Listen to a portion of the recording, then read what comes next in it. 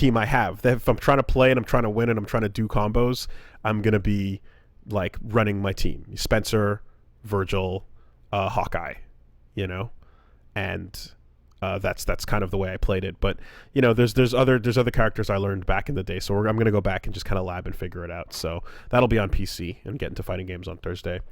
And I guess one other thing. Don't want to take too long with it, but I don't mind taking a moment to discuss the fact that I have finished Korra Season 2. Hey! So I'm okay to have a little middle of the road, the story so far discussion, now that I've experienced both of these. And I would ask that anything pertaining to the future seasons, that everybody just put that under your hat and hold on to it. And just, you know, I don't want to hear about 3 or 4. I just want to let you know how I feel about 2 at the moment, if that's okay. I like season 3 and 4 a lot more than season 2. Okay. Is pretty much all I want to say. I think season 2 kind of has like the finale of like a wet fart.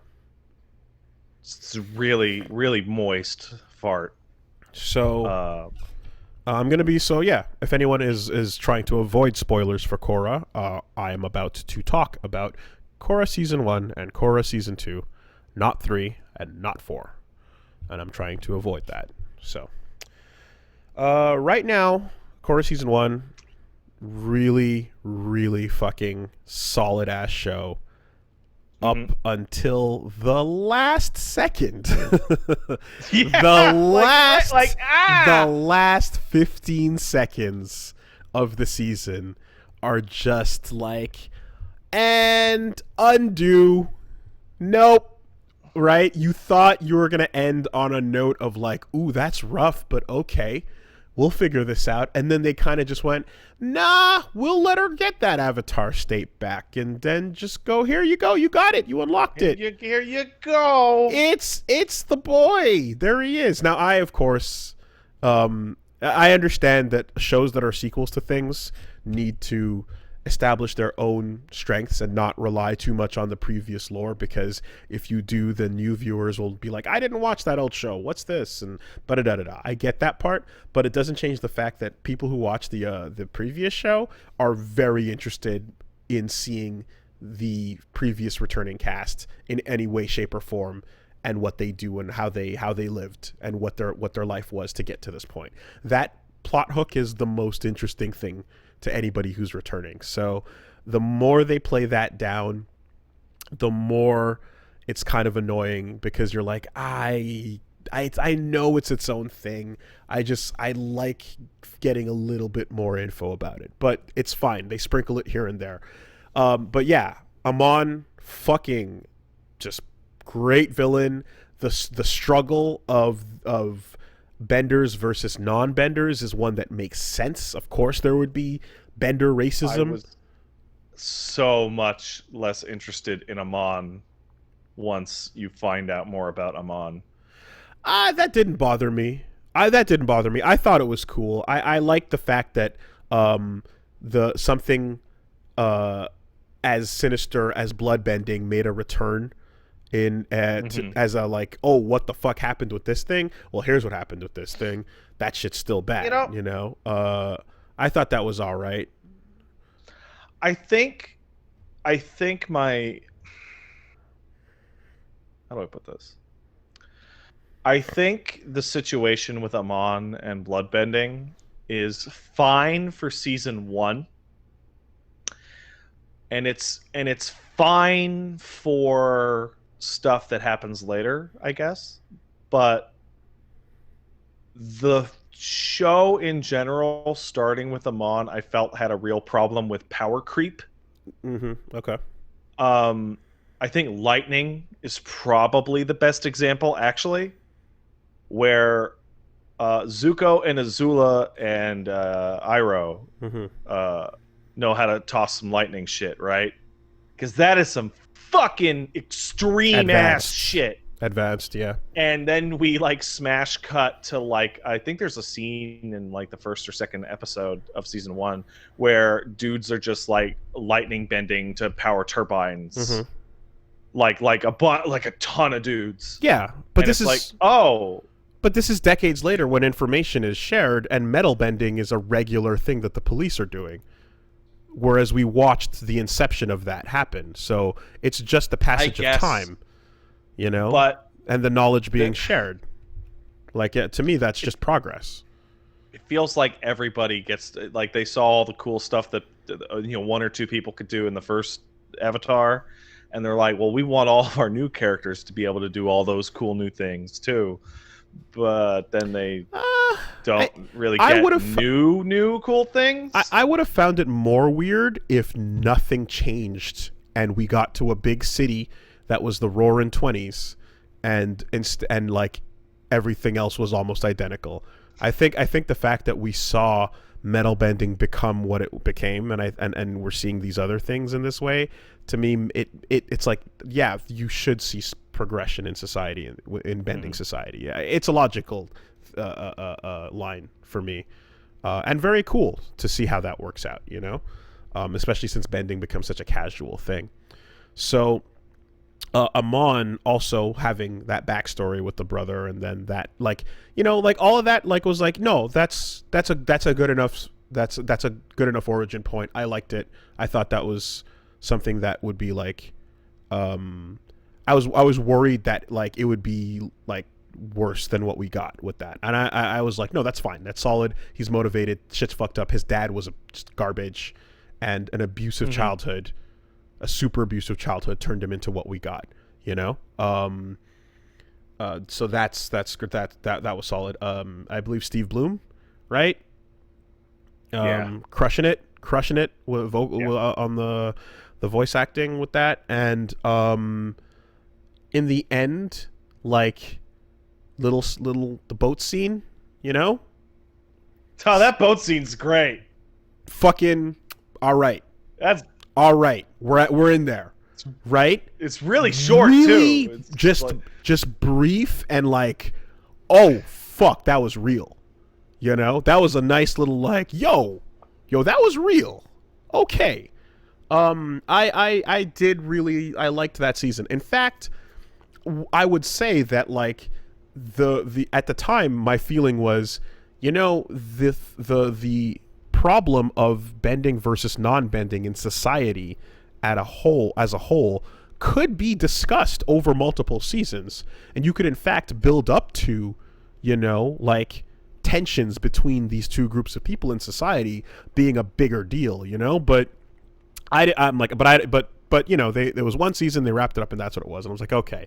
And then everything is fine, and then at the last second they go and boop, press the button, give her the power, and she's got it. And I was like, come on, I thought she was gonna earn it over the course of the next season, but they just decided to really quickly throw that in there. It almost feels like there was an alternate ending there. Yeah, well, always remember that every season is ending as if it was the last one. So people challenged you about when you said that? People came to tell me that that's not true, and then someone else came to say it was sort of true. It's not that it was all season by season, but they thought they had two. And at this point, I'm like, okay, you know what? Everyone's got a different version of what this is. I don't care. I'm just going to watch it for what it is, and Oh, Wooly, when will you learn that I'm always wrong? But yeah, that whole thought process of like, nothing was going to stretch past its own season because of the way the production happened. I was like, okay, I get it. I'm also I was also told to hate it before watching it, so season 3 is probably my favorite season. Cool. Okay. So I'm excited for you.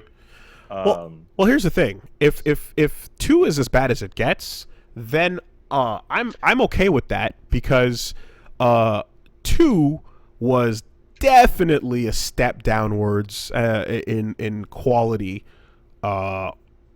especially the beginning, because the first third, I want to say half, no, the first half, no, third, whatever, in between those, everything prior to Korra falling in the water is just really not great. And So I appreciate us getting to meet her parents, and that's all cool, but it's so clear that everything has to move forward only because of her own stupid ass decisions. And because she's a dumb kid getting manipulated, and to be fair, she calls that out later on, but that's all the only reason why shit's happening, because she was too dumb. And I'm like, God, I hate that. That really sucks. that's probably the number one complaint with Korra as a series overall, is that for Aang, god damn it, fucking Shyamalan. For Aang, he was physically weak but spiritually and mentally enlightened. Mm-hmm. And so they're like, well, what if we do the other way around, where our character's a badass but they're a moron? Mm-hmm. And spiritually weak, not stupid. Yeah. Was the first season to me was she's spiritually weak, physically strong, but still capable and still like not dumb. No, dumb, she's dumb now. She's dumb in terms of relationships, certainly, because whatever, never had Yeah. one. But for someone who's older than the original kids were, I expect more, and she's pretty stupid now, based on the way that the season 2 played out. I went and checked what episode has the shittiest part of Avatar in it. And yes, season 2 is where we meet Wan. And that is as bad as it gets. That's hilarious. That was my favorite part of the season. Are you serious? The first Avatar was my favorite part of that season. Avatar Juan? Yeah. I thought that was great. I enjoyed that. All right. Well, then I'm very confused how you're going to feel about the rest of it. I was so I was not digging what was happening with Korra up until that episode when they went, let's go back and show you the story of the first Avatar. And I was like, dear God, yes, thank you. I will take a break from this action, please.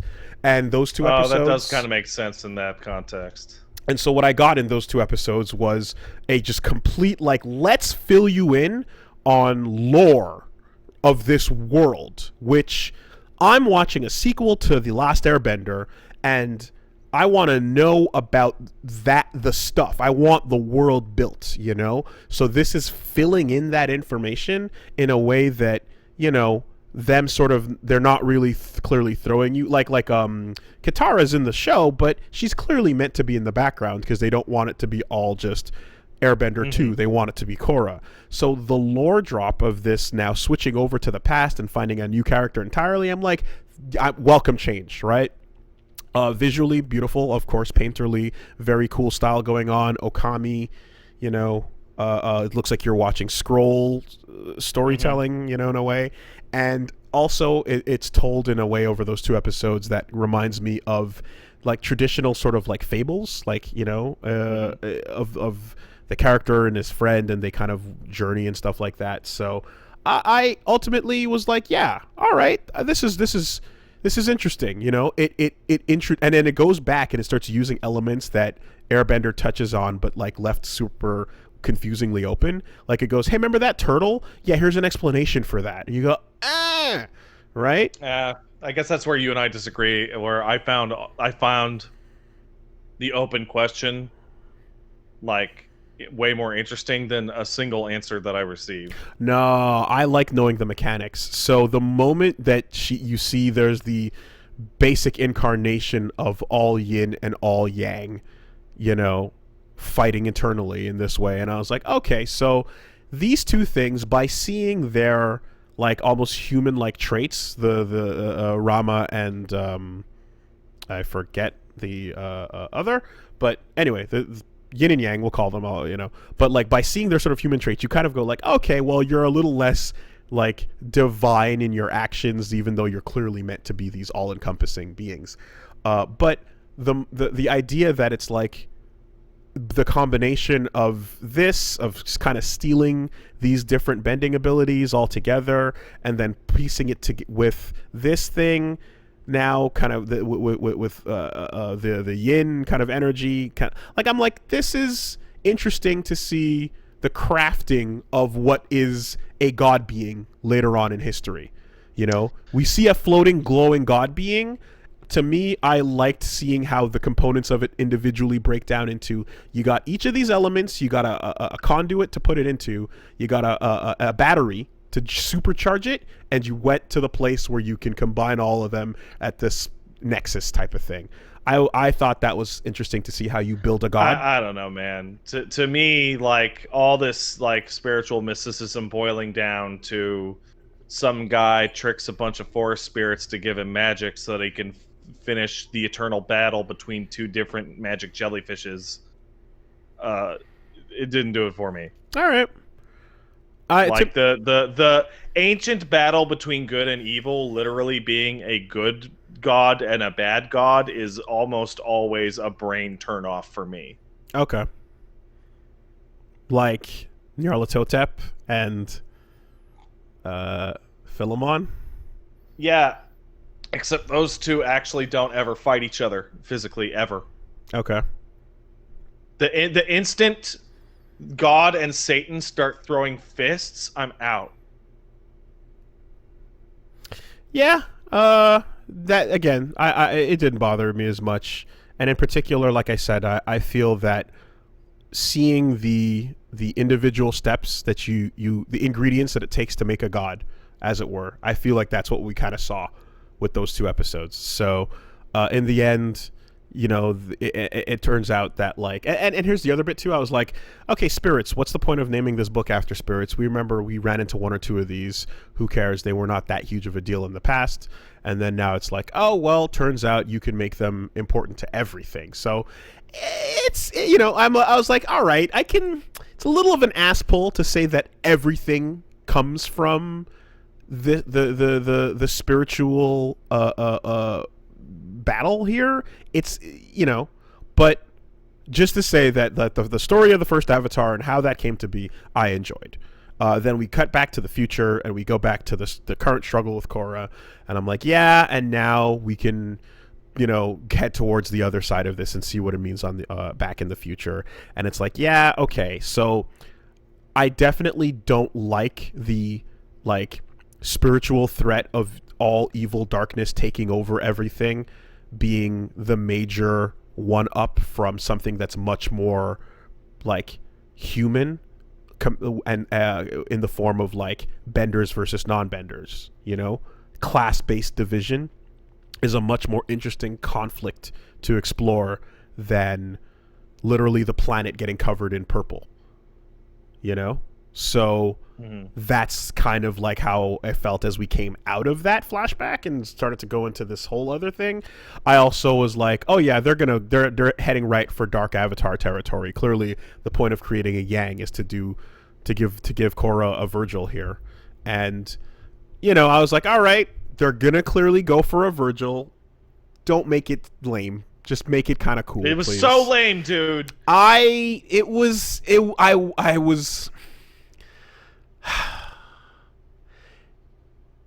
didn't hate everything about it. I thought the kaiju form at the end, I'm like, yeah, you know what? That's fine. I'll take that. I'll take it. The kaiju form, I'm like, yeah, fine. You know, but it was definitely like not at all a battle that like mattered in the same way that like Korra had to confront like Amon and all that stuff. Like it was just, they beam battled, so it could have just gone either way. And that's the part where you're like, okay, it gets clearly, it just becomes a energy clash, and this could go whichever way the writing wants it to go. Didn't do much in that regard. The conflict comes through and it's resolved, but there's no clear reason why it worked out that way. Like going into the idea of like self-identification, so yourself,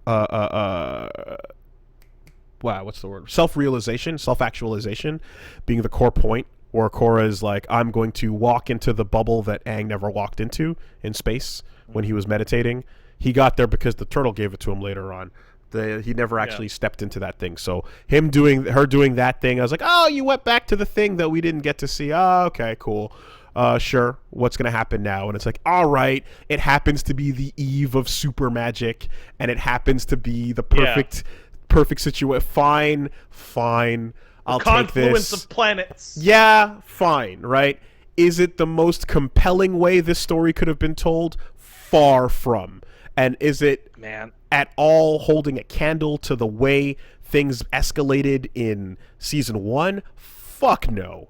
I have like a big motherfucking problem with. So it's weird, right? Because it's one of those things that you talked a lot about Sakura in Naruto, where people are like, I fucking hate Sakura, and then people are like, it's not fair to Sakura that her writer wrote her that way.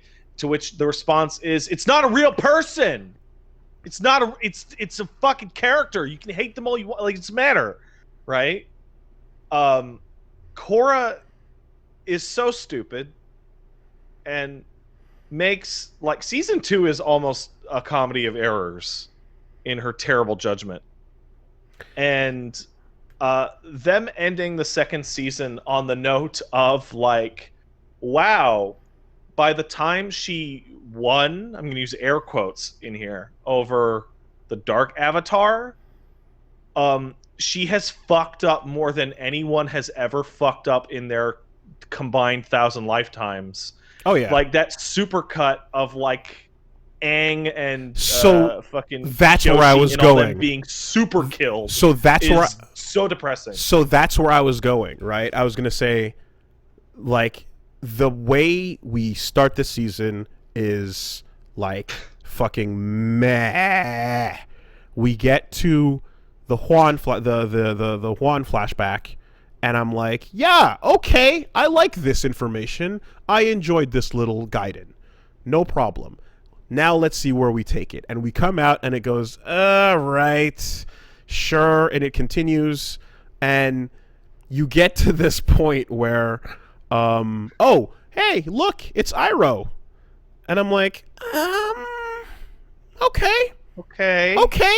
Yeah, here he is. Like, you're pulling on the heartstrings right now. You're manipulating me. I will accept being manipulated. Right. And then they kind of like have him shows up and he goes, "Hey, it's me.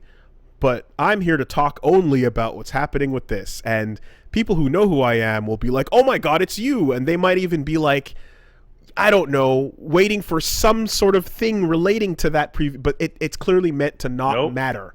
It can't matter. So it has to just be a pure cameo with no, you know? And I was just like, man, if we could have gotten something, and me and Punch Mom talked about this for a minute, and I was like, if we could have gotten something like, I don't know, like, even if it was the slightest thing in the form of, like, maybe, like, his little, like, pet that he's hanging out with is, like, named after his son or something, you know? Yeah. Where I'm like, okay, so he passed on, he made it, this is where he is now, and in some ways he's kind of not reunited with his kid because that won't happen, but he's put that energy towards this little pet, and they're living out their lives. Then I would have been like, oh, he gets a little something, you know? But it was purely like, no, we're just dropping the cameo in. And I was like, why couldn't you do a little bit more than that? You know? I know why, but that sucks. Anyway. Yeah. And then you get the build-up and everything happens, and they fucking just start like shift deleting avatars from existence.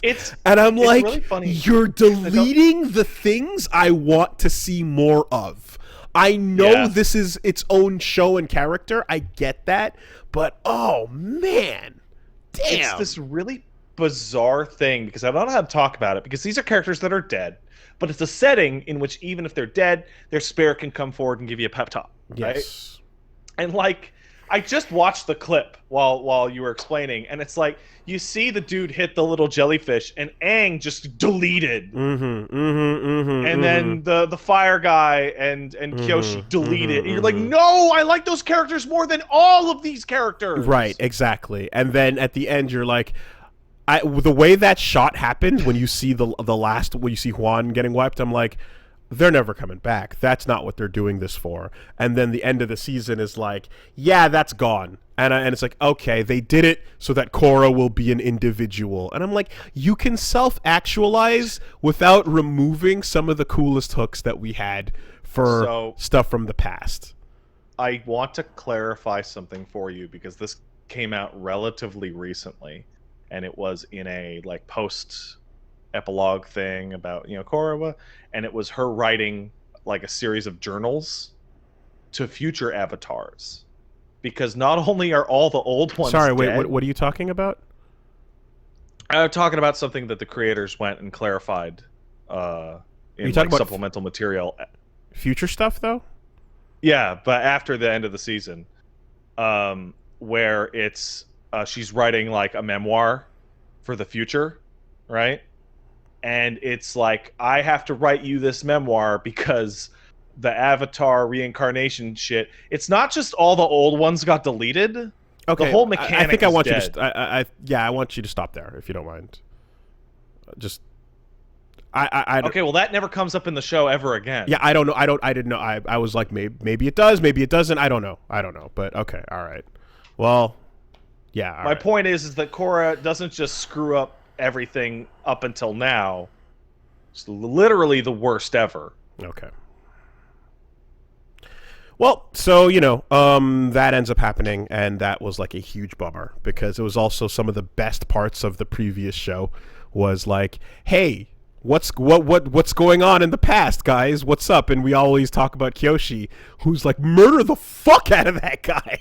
Murder is okay. And but not just that, but like, like the other times when he gets to tap into the past and be like, can you guys give me some advice? And they're like, yeah, we can do that.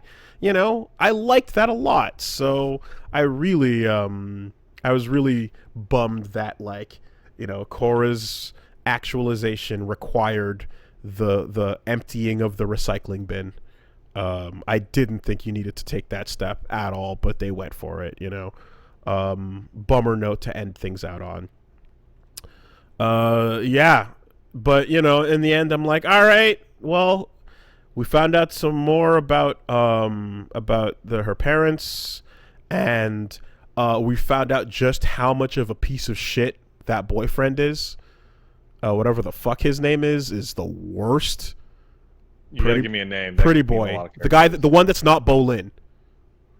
The ones that's not Zuko. The one that's not Bolin and not Zuko. Yeah. What's his fucking name? I don't even remember. He's garbage. He sucks. Mako. Yeah. He's fucking trash. So just and like it's funny because he is like a perfect example of like it's like you're a pretty emotionally undeveloped individual, as most of these kids are, and you're doing disappointing things with all that relationship shit, and then Bolin has a moment of like, okay, I can now emotionally manipulate Aubrey Plaza to get out of this situation. Yeah. And then at the end it's like, no, wait, he actually kind of cared. And you're like, he's the complete opposite in every way, where he's incapable of manipulating somebody because he's too wholesome for it, so fucking enough of that kid. Like I wish they would have added a scene where like and I get it, they're like, kids, Wooly. I know. Wringing his hands, going just like getting drunk at a bar with Bolin. It's like, I just wanted to fuck him, man. Yeah, pretty much, right? Well, exactly. I just want to fuck him. Yeah, and again, I know they're kids, so I know that they're being dumb about it. But like, we saw multiple kids, especially younger kids, in the previous season. In the previous show, there's a lot of bad relationship decisions people make, and a lot of things that they have to figure out. But this kid's decisions are like constantly disappointing, is what it is, and that's what's up. I'm trying to waterbend these nuts. You know what I'm saying, Bolin? Yeah. So, I if this is the low point, then great. We can soldier on. It's the low point by a lot. Okay. It's the low point by a lot. Like I think people will argue about the last season as to where it ranks. I think most people's favorite is the third one. Is definitely my favorite. I'm all in all like, continuing to enjoy this show. It's high quality. The fighting was very cool. The choreography in the final episodes was sick. There was some really awesome tag team moments and like just bending fighting, right? There's some Well, if really you like good that, shit. you're gonna really like the upcoming shit. Yeah, they did some cool stuff. So not to take anything away from that. And overall, like the quality of the show remains like high in terms of just like the I feel like the production that they're delivering.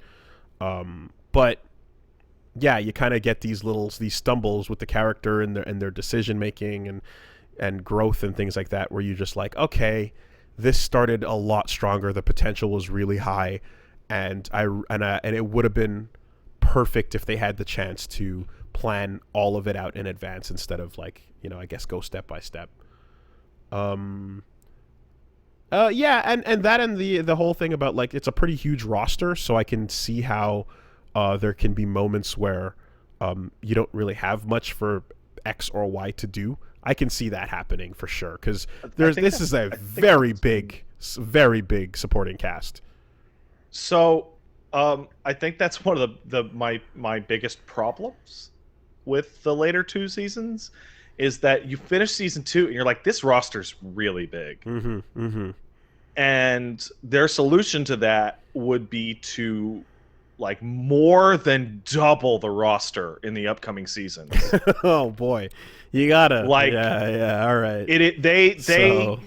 There are so many fucking characters that they add. Now, in the name of that, some get like killer, like screen time.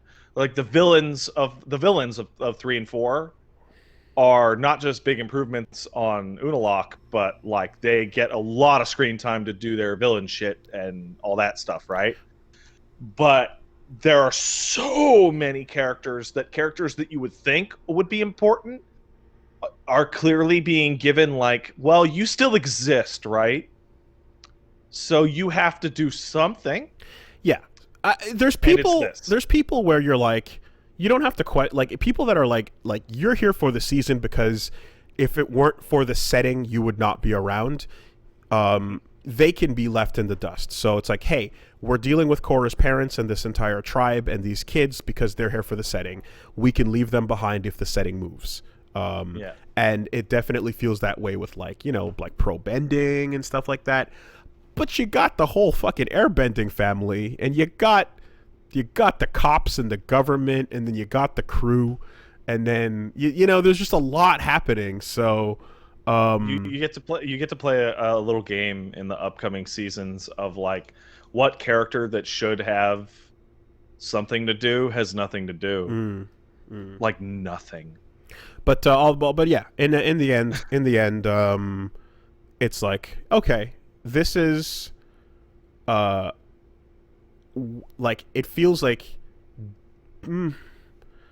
this at its dumbest is dumber than Airbender ever got. Oh yeah, it's dumber than Airbender ever got.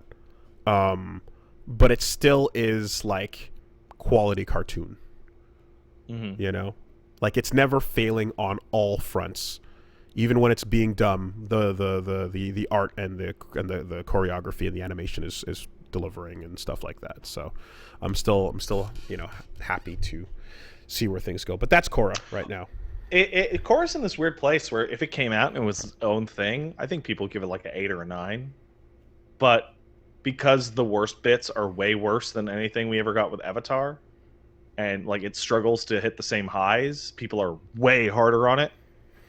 If there was a single path of like development that was built over the seasons to a final resolution in the way that Airbender went, it could have been better. It literally could have been better. But the fact that everything does have to stop stop, is hurting it, because you look at Airbender and you're like, man, like, from day one he's got to fight the Fire Lord, and then he does it in the final episode of the third season. Like, this is a journey, you got to get there. All 4 seasons of Korra could be their own shows. Yeah, and they're so different. And here, because how long the pathway to the end of Airbender is, they get to focus on all these missteps along the way, or like being ready, or the fact that like they're having hijinks episodes like weeks before the final battle. And then Aang has a moment of like, why are we having hijinks episodes weeks before the final battle? Like it's you see it go, and it takes time. But that time allows a coherence and a cohesion to everything that I think Korra's kind of missing right now. But we'll see. I'll cut it off there. I'm very excited to talk to you about season 3. Yeah. I'll come back in. I'll come back in on the wrap up at the very least. But... I will. Man, that boat scene was sick. How the show was just willing to just murder characters. Dead, murder, love it. I love murder in my entertainment. I think it's fun to do in a kids show.